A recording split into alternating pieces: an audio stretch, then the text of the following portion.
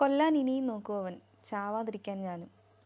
M T സാറിൻ്റെ രചനയിൽ Bharathan sir സംവിധാനം ചെയ്ത 1990 പുറത്തിറങ്ങിയ താഴ്വാരം എന്ന സിനിമയിലെ ഒരു സുപ്രധാനമായ ഡയലോഗാണിത്. രണ്ട് സുഹൃത്തുക്കൾ, അതിലൊരാൾ നായകനും മറ്റൊരാൾ പ്രതിനായകനുമായി മാറുന്ന ഒരു സംഭവബഹുലമായ ഒരു കഥയാണ് താഴ്വാരം എന്ന സിനിമ. ഇതിൻ്റെ തുടക്ക ഭാഗത്ത് തന്നെ നമുക്ക് സിനിമയുടെ കഥ എന്താണെന്ന് പ്രേക്ഷകർക്ക് മനസ്സിലാകുന്നുണ്ട്. പിന്നീട് അങ്ങോട്ട് ഒരു പ്രസൻറ്റ് കണ്ടീഷനിലൂടെയാണ് ഈ സിനിമ പൊയ്ക്കൊണ്ടിരിക്കുന്നത്. എന്ത്, എങ്ങനെ, ഈ രണ്ട് ചോദ്യങ്ങൾക്കിടയിൽ മാത്രമാണ് പ്രേക്ഷകർക്ക് ഈ സിനിമ കാണാൻ സാധിക്കുക. എങ്ങനെ കൊല്ലുന്നു അല്ലെങ്കിൽ ഒരാൾ എങ്ങനെ മരിക്കുന്നു, ഇത് മാത്രമാണ് ആ സിനിമ അവസാനിക്കുമ്പോൾ പ്രേക്ഷകർക്ക് ഏറ്റവും കൂടുതൽ അടുത്ത് കിട്ടുന്ന ഒരു കാര്യം. എങ്ങനെയൊക്കെ പറഞ്ഞാലും നായകൻ മരിക്കുന്നില്ല, നായകന് എപ്പോഴും ഒരു വിജയത്തിൻ്റെ പരിലാളന മനുഷ്യൻ കൊടുക്കാറുണ്ട്. ഈ സിനിമയുടെ മറ്റൊരു പ്രത്യേകത എന്ന് പറഞ്ഞാൽ ഇതിൽ ആകെ 4 കഥാപാത്രങ്ങളാണ് ഏറ്റവും പ്രധാനപ്പെട്ടതായിട്ടുള്ളത്. മോഹൻലാൽ അവതരിപ്പിച്ചിരിക്കുന്ന ബാലൻ എന്ന നായക കഥാപാത്രം, സലിംഗോസ് അവതരിപ്പിച്ചിരിക്കുന്ന രാഘവൻ എന്ന കള്ളപ്പേരിൽ താമസിക്കുന്ന രാജു എന്ന കഥാപാത്രം. ഇവർ തമ്മിലുള്ള കഥയാണ് ഇതിലൂടെ കടന്നു പോകുന്നത്. ഇവർ വന്ന് താമസിക്കുന്ന ഒരു സ്ഥലമുണ്ട്, അതാണ് ശരിക്കും താഴ്വാരം. ഇവർ വന്ന് താമസിക്കുന്ന സ്ഥലം ഒരു അച്ഛനും മകളും മാത്രമുള്ള വീട്ടിലേക്കാണ്. അവിടെ താമസിക്കുന്ന നാണു എന്ന കഥാപാത്രം, ശങ്കരാടിയാണ് അത് അവതരിപ്പിച്ചിരിക്കുന്നത്. അദ്ദേഹത്തിൻ്റെ മകളായ കൊച്ചൂട്ടിയുടെ കഥാപാത്രം അവതരിപ്പിച്ചിരിക്കുന്നത് സുമലതയാണ്. ഇവർ താമസിക്കുന്നിടത്തേക്ക് ഒരാൾ വന്നു കയറുന്നുണ്ട്, രാഘവൻ എന്ന കള്ളപ്പേരിൽ അറിയപ്പെടുന്ന രാജു. ഇയാൾ അവിടെ വന്ന് ആരും കേട്ടിട്ടില്ലാത്ത ഒരു വെള്ളപ്പൊക്കത്തിൻ്റെ പേരിൽ അവിടെ വന്ന് താമസം തുടങ്ങുന്നു. അങ്ങനെ ആ വീട്ടിൻ്റെ ഒരു ഭാഗമായി മാറുന്നു. ഇയാൾ അവിടെ സ്ഥലമൊക്കെ വാങ്ങിക്കുന്നു, അങ്ങനെ കൃഷിക്ക് വേണ്ടിയിട്ട് നടക്കുന്നു. പക്ഷേ പ്രേക്ഷകർക്ക് പെട്ടെന്ന് തന്നെ ആ രാഘവൻ്റെ ക്യാരക്ടർ എങ്ങനെയാണെന്നുള്ളത് പെട്ടെന്ന് മനസ്സിലാകുന്നുണ്ട്. അയാൾ ഒരു ആളുടെ എല്ലാം മോഷ്ടിച്ച് അയാളെ നശിപ്പിച്ച് നാട് വിട്ട് വന്നൊരു മനുഷ്യനാണ് ഇന്ന് തുടക്കത്തിലെ പ്രേക്ഷകർക്ക് മനസ്സിലാവുന്നുണ്ട്. രാഘവൻ എന്ന രാജുവിൻ്റെ ചിത്രം സുഹൃത്തായ ബാലൻ, അവർ രണ്ടുപേരും ചേർന്ന് നിൽക്കുന്ന ഒരു ഫോട്ടോ ഉണ്ട്. ആ ഫോട്ടോ മുറിച്ചെടുത്തുകൊണ്ട് ആണ് ഈ ഒരു സിനിമ തുടങ്ങുന്നത് തന്നെ. അത് മുറിച്ചെടുത്തുകൊണ്ട് പ്രതികാരം ചെയ്യാൻ പോകുന്ന ബാലൻ. എന്തിനാണ് പ്രതികാരം ചെയ്യുന്നത്, ആർക്ക് വേണ്ടിയാണ് ചെയ്യുന്നത് എന്നൊക്കെ തുടക്കത്തിലെ തന്നെ പ്രേക്ഷകർക്ക് മനസ്സിലാവുന്നുണ്ട്. അതെങ്ങനെയാകുന്നു എന്നുള്ളത് മാത്രമേ നമുക്ക് ഒരു ക്യൂരിയോസിറ്റി നൽകുന്നുള്ളൂ.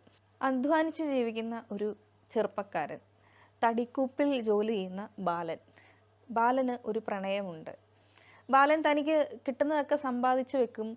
തനിക്കൊരു ലോറി വാങ്ങിക്കാൻ വേണ്ടി, കൂപ്പ് മുതലാളിയാവാനൊക്കെ വേണ്ടി ആഗ്രഹിച്ച് സമ്പാദിച്ചു വെച്ച കുറേ പണം ആ അലമാരിയിൽ വെക്കുന്നു. അതിനുശേഷം ബാലൻ വിവാഹം കഴിക്കുന്നു, ചെറിയൊരു വീടൊക്കെ എടുത്ത് അയാൾ തൻ്റേതായിട്ടുള്ള സ്വകാര്യ ജീവിതത്തിലേക്കൊക്കെ കടക്കാൻ പോവുകയാണ്. അന്ന് ആദ്യ രാത്രിയിൽ തന്നെ ബാലനെ രാജു കുടിപ്പിച്ച് കിടത്തുകയാണ്. കള്ളു കുടിക്കാത്ത ആ ഒരു ചെറുപ്പക്കാരനെ രാജു നിർബന്ധിച്ച് കള്ളു കുടിപ്പിച്ച് ഇന്നത്തോടുകൂടി നിർത്തുകയാണ്, എൻ്റെ സന്തോഷത്തിന് വേണ്ടി നീ ഇത് കഴിക്കണം എന്നൊക്കെ പറഞ്ഞ്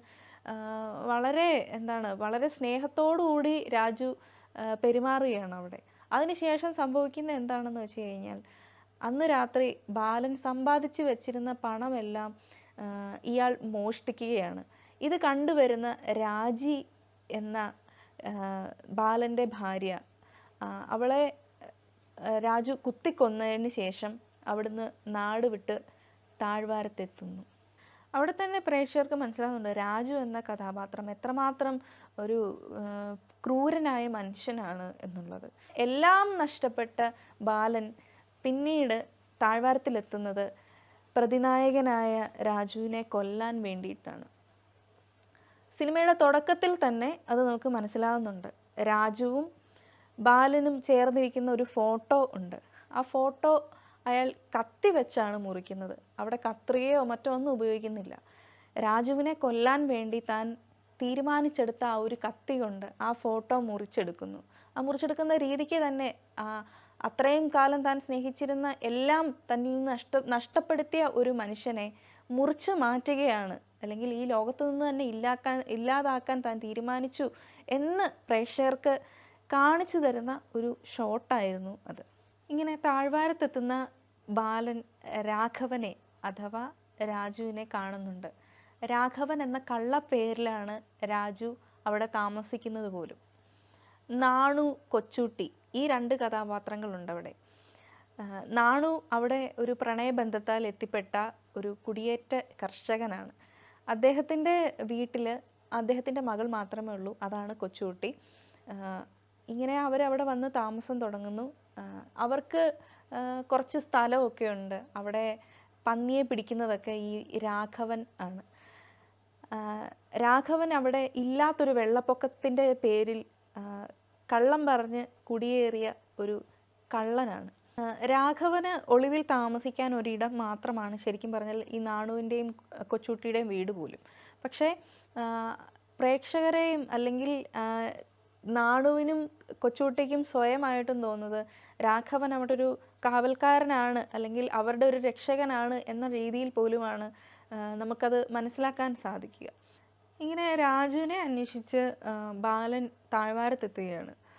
അവിടെ ഒരു വീട്ടിൽ ചെന്ന് കയറുന്നു. ഈ ചെന്ന് കയറുന്ന വീടും നാണുവിൻ്റെ വീട് തന്നെയാണ്. അവിടെ ചെന്ന് രാജു ഇല്ലേ എന്ന് ചോദിക്കുന്നു. കുറച്ച് നേരം രാജു വരാൻ വേണ്ടി അവിടെ വെയിറ്റ് ചെയ്യുന്നൊക്കെ ഉണ്ട്. പക്ഷേ രാഘവൻ വരുമ്പോഴത്തേക്കും താമസിക്കുന്നു.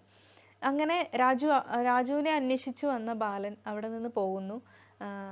അപ്പോൾ അവിടെ കൊച്ചുകുട്ടി ചോദിക്കുന്നുണ്ട്, രാഘവൻ അല്ല രാജു എന്നല്ലേ പേര് എന്നൊക്കെ ചോദിക്കുന്നൊക്കെ ഉണ്ട്. ആര് പറഞ്ഞു എന്നൊക്കെ ചോദിക്കുമ്പോൾ ചങ്ങാതി വന്നിരുന്നു നാട്ടിൽ നിന്ന് എന്നൊക്കെ പറയുന്നൊക്കെ ഉണ്ട്. പെട്ടെന്നാണ് അയാൾ ഞെട്ടുന്നത്. അന്വേഷിച്ചു വന്നോ എന്ന് ചോദിക്കുമ്പോൾ തന്നെ തൻ്റെ എതിരാളി തൻ്റെ നാട്ടിലെത്തിയിരിക്കുന്നു, അല്ലെങ്കിൽ താനിപ്പോൾ ഒളിവിൽ താമസിക്കുന്നിടത്ത് തൻ്റെ എതിരാളി എത്തിയിരിക്കുന്നു എന്നുള്ള ഒരു ഞെട്ടൽ പ്രേക്ഷകർക്ക് പെട്ടെന്ന് മനസ്സിലാകുന്നുണ്ട്. നായകനും പ്രതിനായകനും ഒരേ സ്ഥലത്ത് ഒരേ വീട്ടിൽ താമസിക്കുന്ന ആ ഒരു രംഗം നമ്മൾ ഇവിടെ കാണുകയാണ് ചെയ്യുന്നത്. ഇവരെ രണ്ടുപേരെയും ഒരുപോലെ ശുശ്രൂഷിക്കുകയും സംരക്ഷിക്കുകയും ചെയ്യുന്ന ഒരു അച്ഛനും മകളും. ഈ അച്ഛൻ മകൾക്ക് വേണ്ടി മറ്റൊരാളെ കണ്ടെത്താൻ ഇറങ്ങിത്തിരിക്കുന്നില്ല. അങ്ങനെ ബാലനോട് ചോദിക്കുകയാണ് ചങ്ങാതി എങ്ങനെയുണ്ട് എന്നൊക്കെ. തൻ്റെ മകൾക്ക് വേണ്ടി ഇനിയുള്ള കാലം അവളെ സംരക്ഷിക്കാൻ ഏറ്റെടുക്കാൻ രാജു എന്ന രാഘവൻ പറ്റുമോ എന്നൊക്കെ ചോദിക്കുന്നുണ്ട്. പ്രേക്ഷകർക്ക് എല്ലാം അറിയാം രാജു അത്ര നല്ലവനല്ല. തിയേറ്റർ ഓഫ് വില്ലനെ അല്ലെങ്കിൽ തിയേറ്റർ ഓഫ് വില്ലനിസം എന്നൊരു കോൺസെപ്റ്റ് ഉണ്ട്. അതാണ് ശരിക്കും ഇവിടെ എഴുത്തുകാരനും സംവിധായകനും പ്രേക്ഷകർക്ക് മുന്നിൽ അവതരിപ്പിച്ചിരിക്കുന്നത് പോലും. കാരണം പ്രേക്ഷകർക്ക് മുന്നിൽ വില്ലൻ എന്താണ് ചെയ്യാൻ പോകുന്നത്, അല്ലെങ്കിൽ ആ വില്ലൻ നൽകുന്ന ഒരു സസ്പെൻസ് ഉണ്ട്. ഇയാൾ എന്താണ് ഇനി അയാൾക്ക് എന്താണ് സംഭവിക്കാൻ പോകുന്നത് എന്നുള്ളൊരു കാര്യം, അതാണ് ശരിക്കും ഇവിടെ ഉപയോഗിച്ചിരിക്കുന്നത്. അങ്ങനെ ബാലൻ്റെ മോഷ്ടിച്ചെടുത്ത എല്ലാ സമ്പാദ്യവും ആ രാഘവൻ കൊണ്ട് സൂക്ഷിച്ചു വെച്ചിരിക്കുന്നത് അവർ താമസിക്കുന്ന ആ വീട്ടിൽ തന്നെയാണ്. ഇത് ഇടയ്ക്ക് വന്ന് രാഘവൻ തുറന്നു നോക്കുന്നുണ്ട്, അവിടെ തന്നെ ഉണ്ടോ അല്ലെങ്കിൽ ബാലൻ എടുത്തോണ്ട് പോയോ എന്നൊക്കെ. രാജു തൻ്റെ സുഹൃത്തായിരുന്ന ബാലനെക്കുറിച്ച് ഇല്ലാവചനങ്ങൾ പറഞ്ഞ് നാണുവിനെ തെറ്റിദ്ധരിപ്പിക്കുന്ന അതേ സന്ദർഭത്തിൽ തന്നെ കൊച്ചുകുട്ടിയോട് ബാലൻ തനിക്ക് എന്താണ് സംഭവിച്ചതെന്നും രാജിക്ക് തൻ്റെ ഭാര്യയായ രാജിക്ക് എന്താണ് സംഭവിച്ചതെന്നുമെല്ലാം കൊച്ചുകുട്ടിയോട് പറയുന്നുണ്ട്. സത്യവും നുണയും തമ്മിലുള്ളൊരു ഏറ്റുമുട്ടൽ പോലെ അവിടെ ആ ഒരു സന്ദർഭം കടന്നു പോയിക്കൊണ്ടിരിക്കുകയാണ്. ഇതിന് ശേഷമാണ് ബാലൻ താൻ സമ്പാദിച്ചിരുന്ന രാജു ഒളിപ്പിച്ചു വെച്ച ആ കാശ് എടുക്കുന്നത്. ഇത് കണ്ടുകൊണ്ട് വരുന്ന നാണു ഒന്നുകൂടി ഉറപ്പിക്കുകയാണ് രാഘവൻ പറഞ്ഞതാണ് സത്യം. അങ്ങനെ ബാലനെ അവിടെ നിന്ന് ഇറക്കി വിടുന്നു. നാണു ആ സമ്പാദ്യമെല്ലാം തൻ്റെ സമ്പാദ്യപ്പെട്ടിയിൽ, തൻ്റെ മകളുടെ ആഭരണപ്പെട്ടിയിൽ കൊണ്ട് സൂക്ഷിച്ചു വെക്കുന്നു. രാജു തിരിച്ചു വരുമ്പോൾ അല്ലെങ്കിൽ രാഘവൻ ആ വീട്ടിൽ വരുമ്പോൾ നാണു കാര്യങ്ങളൊക്കെ പറയുന്നു. ഞാൻ കയ്യോടെ പൊക്കി എന്നൊക്കെ നാണു വലിയ കാര്യത്തിലാണ് കള്ളനായ രാഘവനോട് ബാലനെക്കുറിച്ച് പറയുന്നതെല്ലാം. പാശ്ചാത്യ സിനിമകളുടെ ഒരു പ്രേരണ, അതിൻ്റെ ഒരു അഡോപ്ഷൻ ഈ ഒരു സിനിമയിൽ നമുക്ക് കാണാൻ സാധിക്കും. അന്നുവരെ മലയാള സിനിമ കണ്ടതിൽ ഒരു വ്യത്യസ്തത തോന്നിയ സിനിമയായിരുന്നു ഇത് എന്ന് വേണമെങ്കിൽ നമുക്ക് പറയാം. അതുതന്നെയാണ് സത്യത്തിലൊരു ഭരതൻ എഫക്റ്റ് എന്ന് പറയുന്നത് പോലും. പ്രേക്ഷകരെ സംബന്ധിച്ചിടത്തോളം ഭരതൻ സിനിമകൾ എന്നേ പറയാറുള്ളൂ, ഭരതൻ്റെ ഈ സിനിമ എന്ന് പറയാറില്ല. സെർജിയോ ലിയോണി സിനിമകളുടെ ഒരു ശൈലി ഈ ഒരു സിനിമയ്ക്കുണ്ട്. അതിലെ പല ഫ്രെയിമുകളിലും അതിൻ്റെ ഒരു അഡോപ്ഷൻ നമുക്ക് കാണാൻ സാധിക്കും. അതുപോലെ തന്നെ കൗബോയ് സിനിമകളിലൊക്കെയുള്ള ലൈറ്റിംഗ് ടെക്നിക്സ്, അതുപോലെ ക്യാമറ, ക്യാരക്ടറൈസേഷൻ, പശ്ചാത്തല സംഗീതം മുതലായവയൊക്കെ അന്ന് വരെ പ്രേക്ഷകർ കണ്ടിരുന്നതിൽ കുറച്ചുകൂടെ മികവുറ്റതായിട്ട് ഈ സിനിമയിൽ കാണാൻ സാധിക്കുന്നുണ്ട്. താഴ്വാരം എന്ന സിനിമയുടെ ഒരു 5 മിനിറ്റിൽ തീരുന്ന, പെട്ടെന്ന് പറഞ്ഞു തീർക്കാൻ പറ്റുന്ന ഒരു കഥ ഇത്രമാത്രം സന്ദർഭങ്ങളിലൂടെ കടന്നു പോകുന്നുണ്ട്. പ്രേക്ഷകർക്ക് എന്താണ് നെക്സ്റ്റ് മൊമെൻ്റ് സംഭവിക്കാൻ പോകുന്നതെന്ന് പോലും നമുക്ക് മനസ്സിലാക്കാൻ സാധിക്കുന്നുണ്ട്. ആ ഒരു പ്രഷർ പ്രേക്ഷകർക്ക് കൊടുക്കുന്നത് ഇതിൻ്റെ പശ്ചാത്തല സംഗീതത്തിലൂടെയാണ്. അതുകൊണ്ട് തന്നെ ഈ പശ്ചാത്തല സംഗീതത്തിൻ്റെ ഒരു പ്രാധാന്യം നമുക്ക് പറഞ്ഞു വെക്കാൻ പറ്റില്ല. അത് മേക്ക് ചെയ്തിരിക്കുന്നത് ജോൺസൺ മാഷാണ്. അദ്ദേഹത്തിൻ്റെ ആ ഒരു വളരെ കുറച്ച് ഇൻസ്ട്രുമെൻറ്റുകൾ വെച്ച് തന്നെ ഒരു വലിയ കഥ പറയുന്ന രീതി ഈ സിനിമയിൽ നമുക്ക് കാണാൻ സാധിക്കും. ഈ സിനിമയുടെ ഒരു സിനിമാറ്റോഗ്രാഫി നമുക്ക് പറയാതിരിക്കാൻ സാധിക്കില്ല. അത് ചെയ്തിരിക്കുന്നത് വേണു സാറാണ്. അദ്ദേഹത്തിൻ്റെ ഓരോ ഫ്രെയിമുകളിലും ക്യാരക്ടറൈസേഷൻ്റെ ഒരു നിലവാരം എത്രത്തോളം ആണെന്ന് പ്രേക്ഷകർക്ക് മനസ്സിലാകുന്നുണ്ട്.